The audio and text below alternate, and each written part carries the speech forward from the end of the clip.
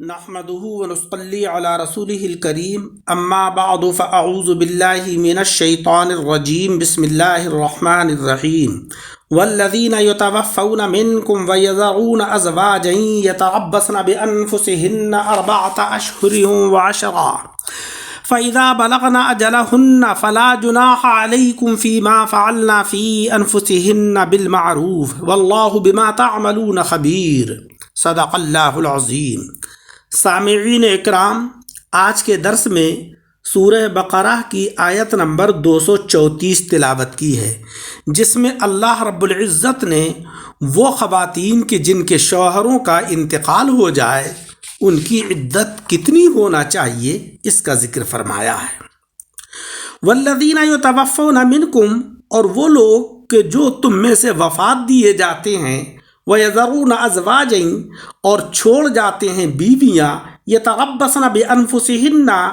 وہ بیویاں انتظار کریں، روکیں اپنی جانوں کو، 4 اشہر وعشرہ، 4 مہینے 10 دن، یعنی ان کی عدت، جن کے شوہروں کا انتقال ہو جائے تو ان کی عدت 4 مہینے 10 دن ہے۔ فَإِذَا بَلَغْنَ أَجَلَهُنَّ، پس جب ان کی میعاد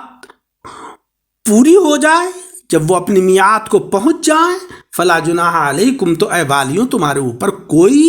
مواخذہ نہیں ہے، فیما فعلنا فی انفسہن بالمعروف،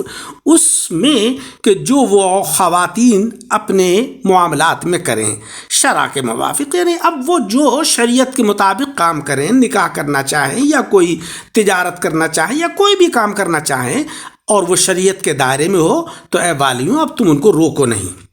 واللہ بما تعملون خبیر، اور اللہ کو تمہارے کاموں کی خبر ہے۔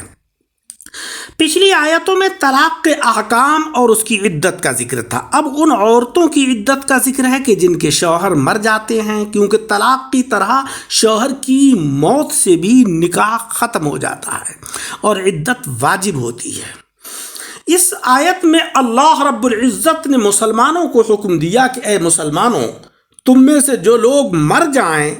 اور اپنی بیویاں چھوڑ جائیں تو ان کی بیویاں 4 ماہ 10 دن تک اپنے کو بناؤ سنگار اور نکاح اور تیاری نکاح وغیرہ سے روکیں، اور جب ان کی عدت پوری ہو جائے، فَإِذَا بَلَغْنَا أَجَلَهُنَّ، جب ان کی عدت پوری ہو جائے تو اے مسلمانوں اب ان پر یہ پابندیاں نہیں ہیں کہ انہیں اپنے نفس کے معاملے میں ہر جائز کام کرنے دو، تم پر کوئی گناہ نہیں ہے۔ اور اے مسلمانوں خوب یاد رکھو کہ اللہ رب العزت تمہارے سارے کاموں سے خبردار ہے۔ یہ بات یاد رہے کہ پہلے موت کی عدت 1 سال تھی، جس کا کہ ذکر کچھ آگے آ رہا ہے۔ پھر اس آیت سے یعنی آیت نمبر 234 سے 4 ماہ 10 دن رہ گئی، اور اس کے بعد حاملہ عورتوں کی عدت وضع حمل اور غیر حاملہ کی 4 ماہ 10 دن باقی رہی، لہذا یہ آیت ناسخ بھی ہے کہ 1 سال کی عدت کو اس نے منسوخ کیا، اور وصفاً منسوخ بھی ہے، اسے نسخ وصفی کہتے ہیں۔ مسلمانوں اس آیت کریمہ سے بتاؤ کہ اگر وفات والی عورتیں عدت کے اندر نکاح کریں یا نکاح کی تیاری کریں یا شوہر کے گھر سے نکل کر آزاد پھرتی پھریں یا عدت میں سوگ نہ کریں، تو خاوند کے وارث، خود لڑکی کے وارث یعنی جس کے شوہر کا انتقال ہوا ہے، محلے والے مسلمان اور اسلامی حکام بھی سخت گناہ گار ہوں گے جنہیں یہ خبر لگ جائے اور روکنے پر وہ قادر بھی ہوں، مگر عورت کو نہ روکیں۔ لہٰذا اگر کوئی خاتون جن کے شوہر کا انتقال ہو جائے اور وہ عدت نہ کرتی ہوں، سوگ نہ کرتی ہوں، تو پھر محلے والوں کو، اعزاء و اقارب کو یہ چاہیے کہ وہ شریعت مطہرہ کی اس پامالی سے اس کو روکیں اور عدت کرائیں، ورنہ سب کے سب گناہ گار ہوں گے۔ کیونکہ اس آیت میں علیکم مردوں سے خطاب ہے، یعنی عدت گزارنے کے بعد اگر عورتیں نکاح وغیرہ کریں تو اے وارثوں، محلے کے چودھریوں، اے حاکموں، تم گناہگار نہیں ہو، لہذا اگر عدت کے اندر ایسی حرکتیں کریں تو تم سب کے سب گناہگار ہو۔ ان کو زبان سے یا ہاتھ سے روکو جس طرح روکنے پر قادر ہو۔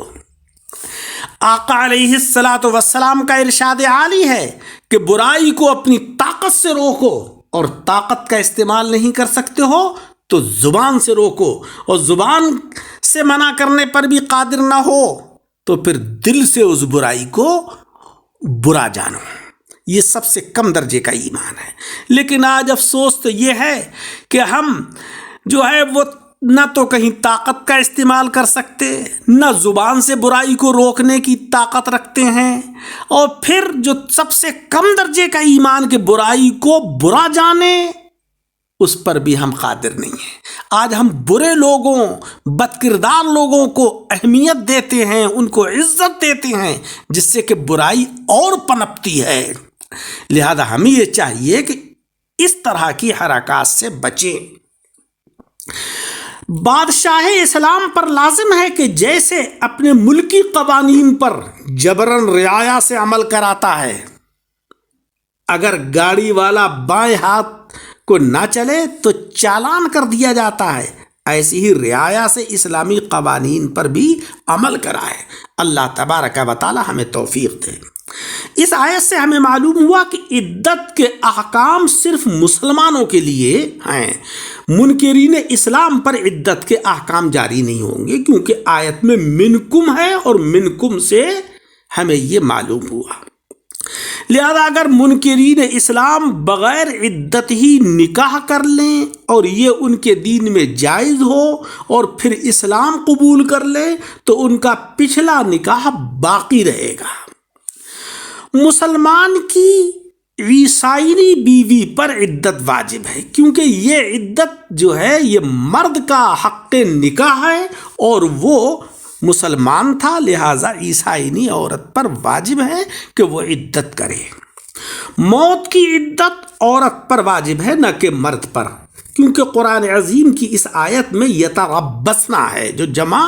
مؤنث غائب کا صیغہ ہے، یعنی عورتیں عدت کریں گی۔